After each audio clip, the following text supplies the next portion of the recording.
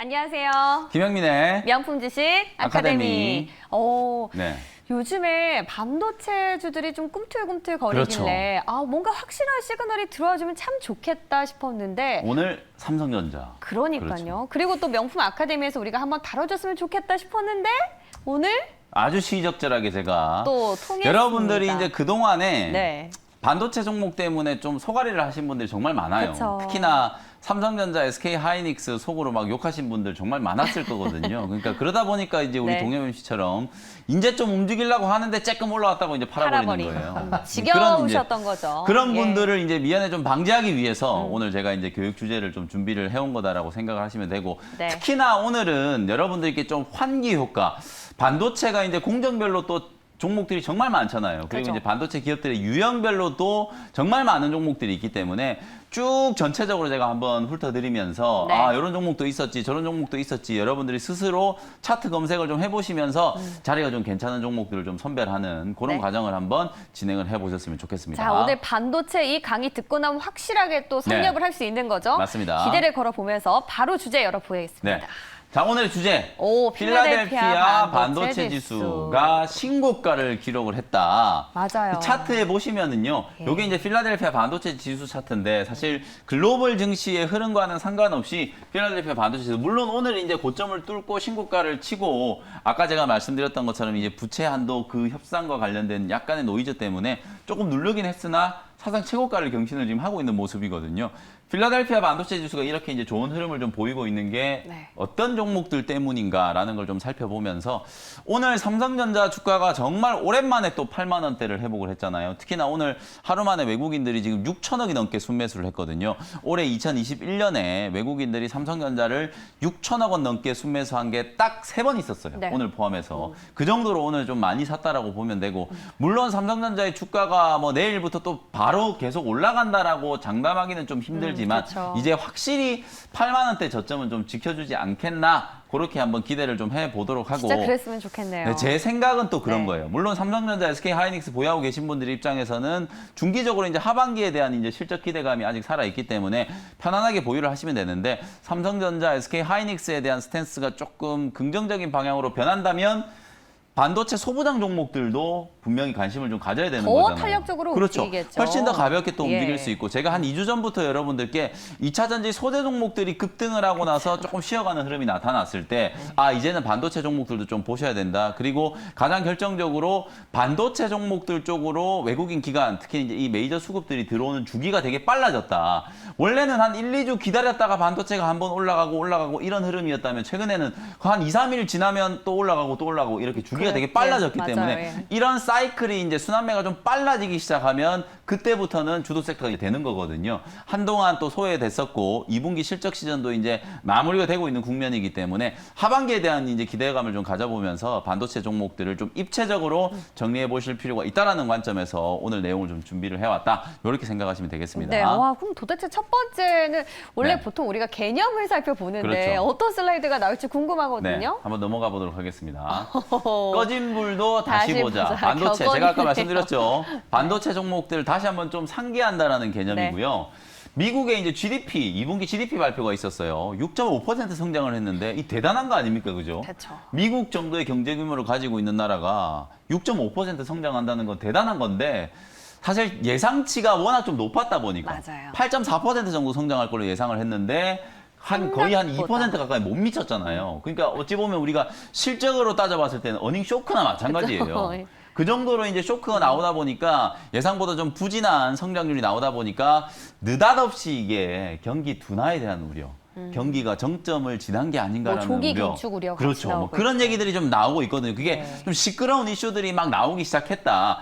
그러면서 덩달아서 반도체 업황에 대해서도 피크아웃. 약간은 부정적인 기류들이 좀 나타나기 시작했어요. 실제로 지난주에 SK하이닉스 목표 주가를 하향 조정하는 리포트, 삼성전자 목표 주가를 하향 조정하는 리포트들이 나온 게 맥락을 따져보면 그래요. 반도체 가격이 쭉 올라가다가 네. 내년 1분기쯤 되면은 고점이 될 거다. 그러니까 우리가 기대했던 슈퍼 사이클이 2년, 3년 계속 가는 게 아니라 끝날 내년 것이다. 1분기가 되면 끝난다라고 지금 전망을 하는 거예요. 그러니까 이거는 단순히 이제 사이클로만 놓고 이제 보는 거거든요. 근데 저는 이제 그 의견에는 좀 동의를 하기가 좀 어려운 게 어쨌든 이 반도체라는 건 가격 자체가 워낙 좀 민감하게 움직이는 그야말로 이제 경기 민감 제품이기도 하고 실제로 지금 이제 많은 애널리스트들이 반도체 사이클 이제 얘기하는데 단순히 이제 반도체의 가격만 놓고 보고 업황을 단언하기는 좀 힘든 상황이다. 왜냐하면 그렇죠. 우리가 그동안에 반도체가 필요하지 않았었던 혹은 필요했지만 훨씬 더 많이 필요한 정말 많은 새로운 분야들이 나타나고 있잖아요. 산업이 열렸기 그렇죠. 때문에. 인공지능이 개화되고 있고 빅데이터 그리고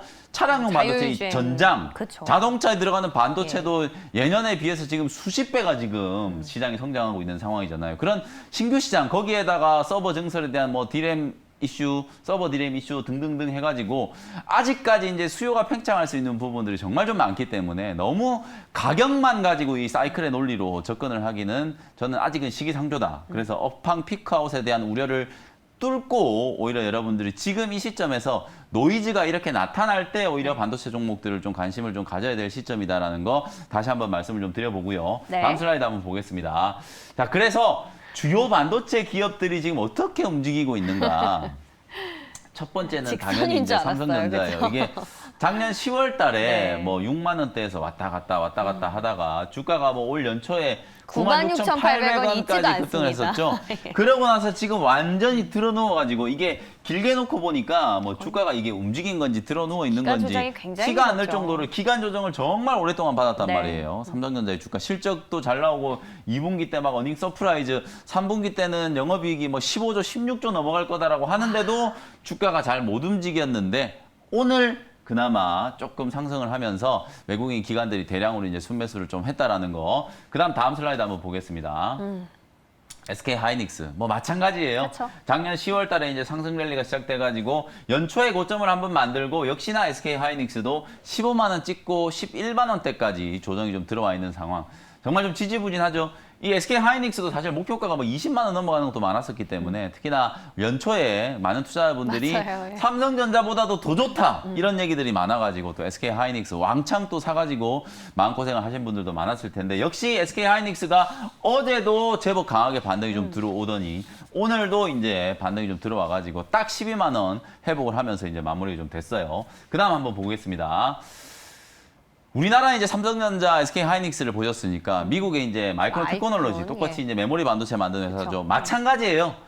우리나라 기업이나 미국 기업이나 주가가 지지부진한 건 마찬가지예요. 지금 마이크론 테크놀로지도 지금 보시는 것처럼 고점 치고 한 20% 정도 지금 조정을 받고 기간 조정, 가격 조정을 좀 거치고 있는 상황이다. 다음 슬라이드 한번 보겠습니다. 요렇게 지지부진한 기업이 있는 반면에 요 회사도 똑같은 와. 반도체 회사거든요. 네. AMD라는 기업이거든요. 이 팹리스 회사인데요. 이 AMD 기업 주가 보시면 최근에 어마어마하게 강하게 튀어 올라가고 있죠. 주가가 80달러 수준에 있던 게 지금 110달러까지 순식간에 지금 급등을 하고 있어요. 요렇게 올라가고 있는 반도체 종목들도 분명히 있다는 거. 그 다음 슬라이드 한번 보겠습니다. AMD뿐만 아니라 이 반도체 이제 슈퍼을이라는 얘기 많이 하잖아요. 네. ASML. 노광 장비를 만드는 회사. 전 세계에서 유일하게 이제 그 EUV 노광 장비를 생산할 수 있는 기업이죠. 장비 한 대가 뭐 수천억에 이제 이를 정도로 생산할 수 있는 기업이 요 회사 딱 한 군데밖에 없다 보니까 대만의 TSMC, 우리나라 삼성전자가 줄 서가지고 제발 장비 좀 만들어 다오. 요렇게 이제 하고 있는 회사라고 보시면 돼요. ASML도 지금 보시는 것처럼 사상 최고가 랠리가 나타나고 있다. 지지부진한 반도체 종목들이 있는 반면에 주가가 분명히 이렇게 강하게 움직이고 있는 종목들도 있다. 다음 슬라이드 한번 보겠습니다. 자, 그래서 전체적인 이제 반도체 종목들의 흐름을 보면 이제 희비가 좀 엇갈리고 있죠. 그러네요, 네. 아무래도 이제 삼성전자가 뭐 메모리 반도체 기업이다라고 얘기하기 좀 그렇지만 삼성전자, SK 하이닉스, 마이크론 테크놀로지와 같은 이런 메모리 반도체, 완성 반도체 회사들의 주가는 좀 지지부진하지만 팹리스 회사라든지 아니면 방금 제가 말씀드렸던 ASML 같은 이런 반도체 장비 기업들 네네. 이런 기업들은 주가가 정말 강하게 움직이고 있다라는 거거든요. 그래서 우리가 여기에 이제 포인트를 좀 두고 우리 국내 증시에서도 관심을 좀 가져볼 만한 종목을 좀 선별하는 과정이다. 이렇게 이제 생각하시면 될 것 같고, 자 일단은 반도체를 이제 섹터를 좀 분류를 좀 하자는 거예요. 맞아요. 요 그림을 보시면은 반도체 기업의 이제 유형 종류별로 이제 나눠난 거라고 생각하시면 되거든요. 요게 이제 설계를 하는 회사, 그다음 웨이퍼를 생산하는 회사, 패키징하고 테스트하는 회사, 판매하고 유통하는 회사, 요렇게 이제 반도체 기업들의 어떤 역할을 구분을 해놨는데 요걸 다 하는 회사가 종합 반도체. 쉽게 얘기하면 그렇죠. 삼성전자 같은 예. 회사. 그런 회사. 삼성전자는 자기들이 설계해가지고 반도체 웨이퍼 생산부터 해가지고 패키징하고 테스트하고 판매까지 자기들이 다 하잖아요. 그러니까 말 그대로 이제 종합 반도체 회사예요. 근데 이제 아래쪽에 이제 보시면은 칩리스 회사. 요건 뭐냐면 오로지 그냥 설계만 하는 회사들. 반도체를 뚝딱뚝딱뚝딱 설계해가지고요. 설계한 것대로 생산할 수 있게 이제 위탁을 맡기는 거죠. 네. 그래서 반도체 설계만 전문적으로 하는 회사. 여러분들 이제 잘 아시는 회사가 이제 ARM이라는 회사. 그런 회사가 있죠. 네. 그런 회사가 이제 칩리스 회사다 보시면 되고. 그다음에 팹리스 회사는 말 그대로 이제 칩리스하고 팹리스는 이제 거의 비슷한 개념이라고 보시면 되는데 팹리스도 말 그대로 공장이 설계, 없는 그쵸. 설계만 전문적으로 하는 회사잖아요. 근데 설계만 하는 게 아니고 설계해가지고 판매 유통은 이게 개념을 조금 더 제가 말씀드려보면 네. 공정에 이제 적용시키는 것까지 같이 하는 거예요. 그냥 자기들이 설계해놓고 뚝딱 도면만 넘기는 게 아니라 설계를 한 걸 가지고 고객사가 요 공정을 어떻게 라인에 이제 까는지 그런 것들까지 이제 최적화시키는 것까지 역할을 해주는 회사가 팹리스 회사다. 이렇게 이제 보시면 되고 요즘에 이제 많이 이제 이름이 오르내리고 있는 파운드리 파운드리. 말 그대로 이제 위탁 생산. 제약바이오 아까 SK 바이오사이언스 얘기했잖아요. 그쵸. 제약바이오 이제 의약품 위탁 생산을 우리가 CMO라고 하잖아요. 마찬가지로 반도체도 위탁 생산을 우리가 파운드리라고 부른다라는 거. 요거 파운드리도 저희가 교육을 한번 해드렸어요. 그쵸, 예. 그죠? 파운드리는 말 그대로 이제 웨이퍼 생산, 패키징하고 테스트하는 요 위탁 생산만 대신해주는 그런 역할을 한다라고 보시면 되고, 그 다음에 OSAT 이제 요게 이제 외주 후공정이에요. 외주 후공정 말 그대로 테스팅하고 패키징하는 역할을 대신해 주는 거. 요게 이제 OSAT. 요즘에 또 OSAT 기업도 우리나라에 이제 한미 반도체라든지 하나마이크론 요런 예. 기업들이 이제 OSAT 기업 그다음에 네페스 요런 기업들이 이제 많이 좀 알려져 있는 기업이거든요. 요렇게 유형별로 반도체 기업들을 이제 분류를 해보면 여기에 이제 포함되어 있는 기업들이 어떤 게 있는지 하나씩 좀 살펴보면 되겠다라는 거죠. 네. 다음 이 슬라이드. 사진 네. 보니까 진짜 설명이 쉽네요. 그렇죠. 요 한 그림만 번에 여러분 이해가 기억 되네요. 요거 딱 그림만 이해를 하시면 사진. 우리 주식 초보자분들도 그러네요. 충분히 쉽게 구분하실 수 있을 거예요. 네. 뭐 이 다 표현이 좀 영어로 돼 있다 보니까 여러분들이 좀 익숙지 않아서 그런데 요 그림을 딱 보시면 설계만 하는 네, 회사는 좋아요. 요거 웨이퍼 생산하고 뭐하고 막 하는 회사는 요렇게 딱 구분을 해 놓으시면 좀 쉽게 네. 정리가 좀 되지 않을까 그런 생각이 좀 들고요. 기업별로 한번 구체적으로 들어가 네. 볼까요? 구체적으로 한번 다음 분류를 슬라이드 해보겠습니다. 넘겨주시죠. 그래서 일단 첫 번째 칩리스. 네. 칩리스는 또 디자인 하우스라고 우리가 부르기도 하는데 아까 말 그대로 오로지 그냥 설계만 하는 회사, 오직 설계만 하는 회사라고 그랬죠. 아까 제가 ARM. 그다음에 시놉시스 이런 회사들이 이제 설계만 전문적으로 하는 외국 회사입니다. 미국 회사. 그다음에 이제 우리나라에는 AD 테크놀로지라는 기업이 가장 대표적이죠. 디자인 하우스 중에는 가장 대표적인 기업이고 그다음에 코아시아라든지 칩셋 미디어 이렇게 이제 설계 자산 IP를 보유하고 있는 기업들 이런 기업들이 있다라는 거 제가 아까 뭐라 그랬죠? 분류를 해 놓으시라 그랬습니다. 이 종목이 좋든 안 좋든 그건 나중에 따지고 칩리스 회사는 이런 게 있고 팹리스 회사는 이런 게 있다라는 거 분류를 해놔야 그중에서 여러분들 차트도 좀 분석하고 기업 내용도 좀 분석하고 그러면서 공략할 수 있는 종목을 찾아내시겠죠. 그렇죠? 분류를 잘 해놓으시는 게 가장 중요하다. 그다음 칩리스 봤으니까 이제 팹리스 한번 보겠습니다. 설계를 하는 회사인데 아까 제가 말씀드렸던 것처럼 공정에 이제 적용시키는 유통 판매까지 같이 하는 회사. 미국의 가장 유명한 이 팹리스 회사가 바로 엔비디아. 엔비디아 모르시는 분 없죠? 엔비디아도 거의 사상 최고가 지금 랠리가 나타나고 있고 AMD 제가 아까 보여드렸죠? 역시 팹리스 회사 신고가를 지금 뚫고 주가가 막 110달러까지 지금 급등하고 있고 미디어텍이라는 기업도 있고 이런 회사들이 이제 팹리스 회사다. 그럼 우리나라에는 또 팹리스 회사들이 어떤 게 있느냐? 텔레칩스 가장 대표적으로 차량용 반도체. 실제로 그쵸. 텔레칩스는 최근에 그 MCU 차량용 반도체 칩을 개발을 해가지고요. 삼성전자 파운드리에 맡겨가지고 지금 시범 생산을 하고 있거든요. 그런 회사다. 텔레칩스. 그 다음에 어버브 반도체도 마찬가지로 MCU 칩과 관련돼서 이제 유명한 회사죠. 그 다음에 시그네틱스라든지 링크 제네시스 이런 회사들이 이제 팹리스 회사다. 조금 작은 종목들을 위주로 제가 일부러 조금 분류를 좀 해놨어요. 링크 제네시스 같은 경우는 또 로봇이랑 뭐가 관련이 맞아요. 있지 그래서 않아요? 최근에 또 삼성전자가 그쵸. M&A, 대규모 M&A를 막 준비하고 있다 그러니까 관련된 종목으로 그냥 아. 엮여가지고 또 움직이기도 하고 그런 회사였다라고 네. 보시면 되고요. 그 다음 한번 또 보겠습니다. 그 다음에 이제 OSAT. 요 OSAT가 영어 좀 읽어주실까요? 잘하시는 것 같아요. 영어분들이 필라델피아. 직접 한번 예. 읽어보시면 될 것 같아요. 말 그대로 이제 예. 외주 후공정이라고 생각하시면 되거든요. 아웃소싱을 해가지고 소위 말해서 이제 종합 반도체 기업들, 삼성전자 같은 기업들은 이런 걸 다 해버리잖아요. 근데 공정의 효율성을 위해서는 반도체 우리가 열심히 만들어 놓고 마무리 이제 패키징하는 단계 그리고 패키징까지 되고 난 반도체 칩이 정상적으로 작동하는지 테스트하는 거 그런 것들만 전문적으로 해주는 회사가 있으면 너무 좋겠다. 그래서 요즘에 이제 뜨고 있는 기업이 바로 이제 OSAT 기업이라고 보시면 되거든요. 가장 대표적으로 뭐 한미 반도체나 하나마이크론 이런 기업들이 있고 그 다음에 또 이제 SFA 반도체.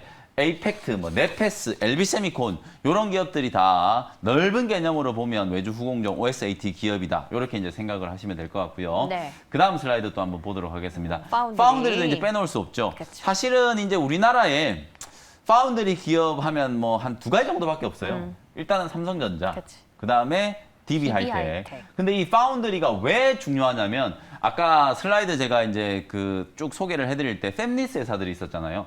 파운드리의 주요 고객이 바로 팹리스 회사예요. 공장이 없는 그런 엔비디아라든지 퀄컴이라든지 이런 기업들이 반도체 칩을 아주 멋들어지게 설계를 딱 해놓는 거예요. 자기들이 생산할 수 있는 공장이 없으니까 설계한 걸 가지고 누군가한테 야 이대로 만들어내. 만들어주고. 그거 하는 거잖아요. 그러니까 엔비디아 같이 이제 차세대 반도체 칩들을 잘 만들어내는 기업들을 고객사로 유치하기 위해서 파운드리 기업들이 지금 혈안이 되어 있는 거거든요. 요 시장에 우리나라의 삼성전자가 이제 뛰어든 거다. SK 하이닉스도 사실은 뭐 14인치 쪽 파운드리를 또 하겠다라는 걸 얼마 전에 발표를 하기도 했었는데 사실상 이제 시장 점유율을 보면 뭐 압도적으로 대만의 TSMC가 거의 과점하고 있는 시장이다. 거기에 이제 삼성전자가 조금 따라가고 있고 아직까지 격차가 시장 점유율 기준으로 봤을 때 30%가 넘기 때문에 차이가 정말 많이 나요. 그리고 요 시장에 지금 인텔이 이제 도전장을 글로벌 던져가지고 파운드리 그렇죠. 뭐 인수를 미국의 하겠다. 글로벌 파운드리를 우리가 인수하겠다. 그죠. 아직 인수 절차가 이제 끝나진 않았는데 어쨌든 인수를 하겠다는 얘기를 해가지고 인텔도 파운드리 시장에 이제 들어오게 사실은 인텔도 이 파운드리 기업들한테 주요 고객이었거든요. 그쵸. 물론 앞으로도 주요 고객일 거예요. 근데 인텔도 자기들이 직접 파운드리를 키우겠다라는 걸 이제 선언을 하면서 투자를 하겠다라는 걸 얘기를 했고요. 우리나라에 이제 또 가장 이제 유명한 파운드리 회사 DB 8인치 파운드리, DB 하이텍 주가도 정말 잘 나가잖아요. 그쵸. 오늘도 뭐 주가는 괜찮았고. 수급도 그래서 괜찮고. 그렇죠. DB 하이텍 같은 경우에는 앞으로 이제 내년까지 감안했을 때 오늘 보면 뭐 내년에 영업이익 뭐 5천억을 넘어갈 거다 뭐 이런 얘기들도 나오던데 어쨌든 그 정도로 지금 파운드리 시장이 호황이다라는 거, 그게 이제 핵심이다라고 보시면 될 것 네. 같고요. 다음 슬라이드 한번 보겠습니다. 종목을 이렇게 많이 얘기했는데 또 있어요. 방금 전에는 반도체 기업의 유형별로 이런 회사들이 있다라는 걸 말씀드렸고 그거랑 상관없이 우리가 반도체 공정 이제 전공정으로 따지면 뭐 증착 공정, 식강 공정, 노광 공정, 뭐 많죠. 세정 공정, 공정이 정말 많죠. 예. 그리고 후공정에도 뭐 테스트 테스트, 공정 있고 뭐. 그렇게 이제 공정별로 이제 한번 나눠보는 거예요. 공정별로 나눠보면 전공정 장비 기업이 가장 대표적으로 원익 IPS, 유진테크, 테스, PSK 이런 종목들이 있고 후공정 기업은 가장 대표적으로 테스나. 테스나죠. 테스나 오늘 주가 흐름 정말 좋았잖아요. 그죠? 그 다음에 테크윙이라든지 유니테스트 이런 기업들이 있고 그 다음에 이제 소재. 장비 기업 말고 소재. 반도체를 만들려면 많은 소재들이 필요하잖아요. 가스도 필요하고 쿼츠, 파츠 뭐 이런 여러 가지 소재들이 필요하기 때문에 그런 반도체 소재들을 만드는 회사 SK 머티리얼즈, 한솔케미칼, 뭐 DNF, 원익 QNC, 월덱스 이런 종목들이 있고 그 다음에 이런 공정 이제 전후 공정 나누는 것을 떠나서 제가 지난주인가요, 지지난주인가요? 했었어요. 환경과 관련된 네. 이슈 말씀드릴 때 요 두 종목을 말씀드렸을 거예요. 유니셈이라든지 GST 반도체 공정 자체도 친환경으로 해야 되기 때문에 스크러버 장비의 중요도가 높아진다. 네. 점유율 1등이 유니셈. 2등이 GST. 둘 다 관심을 가지면 좋다. 이런 말씀을 좀 드렸던 기억이 나거든요. 그래서 이렇게 공정별로 이 종목들 외에도 정말 많은 종목들이 있어요. 근데 대표적인 종목들만 제가 좀 간추려 놓은 거니까 네. 이 종목 정도만 여러분들이 좀 잘 추려 놓는다라고 하더라도 충분히 공략을 할 때 뭐 무리는 없을 거다. 그런 생각이 좀 근데 들고요. 보통 매니저는 어떻게 정리를 하세요? 네. 유형별로 앞서서 팹리스, 칩리스 이렇게 보세요? 아니면 지금처럼 공정별로 정리를 해두시나요? 둘 다 뭐가 해야죠. 우리가- 왜냐하면 이제 때에 네. 따라서 예를 들어서 이런 겹치지- 거죠. 네. 삼성전자가 파운드리에 투자한다. 막 이런 얘기가 나오면 파운드리 관련된 종목들을 또 주목을 해야 되고 예. 만약에 가정이지만 삼성전자가 설계를 전문적으로 하는 팹리스 회사나 칩리스 회사에 눈독을 들이고 있다. 이런 얘기가 나오면 아까 제가 말씀드렸던 팹리스, 칩리스 그쵸. 회사들이 또 예. 움직이겠죠. 그리고 또 하나 이제 가정을 해보면 삼성전자가 이제 평택 뭐 3공장, 4공장 전공정에 설비 투자를 증설한다. 그럼 뭐 이런 여기 얘기 나오면 전공정. 삼성전자에 납품을 많이 하는 이런 기업들이 이제 주목을 받는 거고, 그리고 실적에 대한 이슈가 부각되면 또 이 공정별로 또 희비가 또 엇갈릴 수 있기 때문에 그런 종목들을 이제 보시면 되는 거거든요. 그래서 어떤 이슈가 부각되느냐에 따라서 여러분들이 이렇게 일목요연하게 정리만 좀 잘 해놓으신다면 네. 소재 종목들이 강할 때는 소재 종목 중에 찾아보면 되고, 장비 종목들이 강한데 그 중에서도 분명히 전공정 장비, 후공정 장비 주가가 같이 움직일 때보다는 따로 움직일 때가 많거든요. 네. 오늘은 분명히 전공정 장비 쪽이 가겠어요. 그러면 내일은 또 후공정이 또 좀 그럴 강하지 수 않을까 있죠. 이런 예. 생각을 할 수 있잖아요. 네네. 그렇게 분류만 여러분들이 좀 잘 해놓으신다면 시장을 딱 오늘 반도체가 움직이는데 반도체 중에서도 전공정 장비 쪽 유진테크라든지 워닝 아이피스 쪽으로 외국인 기관들이 눈독을 들이고 있구나. 오늘은 소재 쪽으로 지금 외국인 기관들이 배팅을 하고 있구나. 분류만 잘 되어 있고 네. HTS에 딱딱딱 이렇게 빨간불이 일목요연하게 쫙 들어오잖아요. 분류가 딱 되어 있다면 그쵸. 오늘 시장의 수급이 네. 어느 쪽에 조금 더 관심을 가지고 있다는 걸 확실하게 여러분들이 보실 수 있기 때문에 활용을 잘 해보시면 좋을 것 같고 예. 다음 슬라이드 한번 보겠습니다. 와, 그래서 이제 꿀팁이네요. 투자자를 위한 꿀팁. 정말 많은 종목들을 말씀드렸잖아요. 저는 핵심인 그건 것 같아요. 어쨌든 8월 달에는 분명히 반도체 종목들을 좀 관심을 좀 가지실 필요가 있다라는 게 비단 오늘 뭐 삼성전자, SK 하이닉스가 좀 살아났기 때문만은 아니고 시장의 이제 사이클을 감안해 봤을 때 2차 전지 소재 종목들이 정말 강하게 재평가를 한번 받았잖아요. 그러니까요. 그러면 단도직입적으로 얘기했을 때 반도체 종목들, 2차 전지 소재 종목들보다도 지금 현재만 놓고 보더라도 실적이 정말 잘 나와요. 근데 2차 전지 소재 종목들은 주가가 엄청나게 급등을 하면서 뭐 에코프로, BM, LNF 이런 기업들 에코프로, BM이 시가총액이 막 6조가 넘어가고 그러니까요. 예. LNF가 막 시가총액이 3조가 넘어가는데 반도체 소재 종목 중에 막 3조, 6조 넘어가는 종목 정말 별로 없거든요. 그 정도로 이제 반도체 종목도 슈퍼 사이클이 제가 아까 뭐 서두에 말씀드렸던 것처럼 단기간 안에 끝나는 사이클이 분명히 아니다라는 데 여러분들 좀 동의를 하신다면 성장성에 있어서도 손색이 없고 거기에다가 지금 현재 실적도 정말 잘 나오고 있는 기업들이 대부분이기 때문에 주가의 위치를 보시면 알게 모르게 최근에 한 2, 3주 동안에 반도체 종목들이 바닥에서 꽤 많이 올라왔어요. 그러니까요. 예. 테스나 같은 종목도 여러분들 차트 열고 한번 보시면은 한 2, 3주 전만 하더라도 정말 지지부진하게 움직였는데 갑자기 바닥에서 이제 수급이 한번 들어오면서 장대 양봉만 안 되고 또 며칠 쉬었다가 또 올리고 이런 식의 흐름들이 나타난단 말이에요. 반도체 종목들에 대한 매수세가 빨라지고 있기 때문에 순환매 사이클이 좀 빨라지고 있기 때문에 그런 부분들을 여러분들이 좀 착안을 해보시면 좋을 것 같고 아까도 제가 말씀드렸던 것처럼 피크아웃. 반도체 피크아웃에 대한 우려를 하기에는 아직은 좀 시기상조다. 오히려 지금은 슈퍼 사이클을 염두를 해두고 반도체 종목들을 조금 더 여러분들이 주목을 좀 해봐야 될 시점이 아닌가라는 거 제가 다시 한번 강조를 좀 해드리고요. 가장 중요한 거 제가 이 빨간색으로 표시를 해놨는데 2분기가 아니다. 아직 2분기 실적 시즌이 진행되고 그러니까요. 있어요. 네. 근데 지금 8월입니다, 여러분들.